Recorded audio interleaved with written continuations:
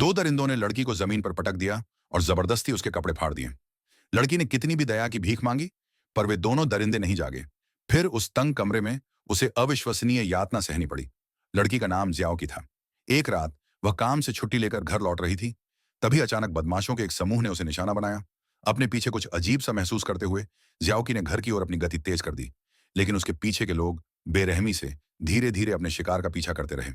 जैसे ही ज्याओ की घर पहुंचने वाली थी, फुगुई अचानक कार से बाहर निकला और उसे पकड़ लिया।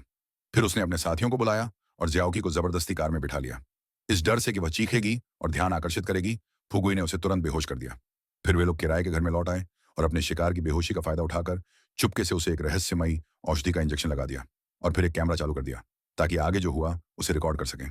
इसी समय शाओ कुई ने अचानक अपनी आंखें खोली और दो गंदे आदमियों को देखा।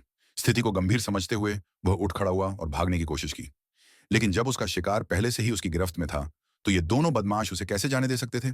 शाओ कुई को सफलतापूर्वक जमीन पर गिराने के बाद उन्होंने अपना असली रूप दिखा दिया। उन्होंने उसके शिकार का मुंह अपने नंगे हाथों से ढक दिया, उसे मदद के लिए पुकारने का मौका नहीं दिया। फिर उन्होंने जबरदस्ती शाओ कुई के कपड़े फाड़ दिए और उस पर बेरहमी से हमला किया।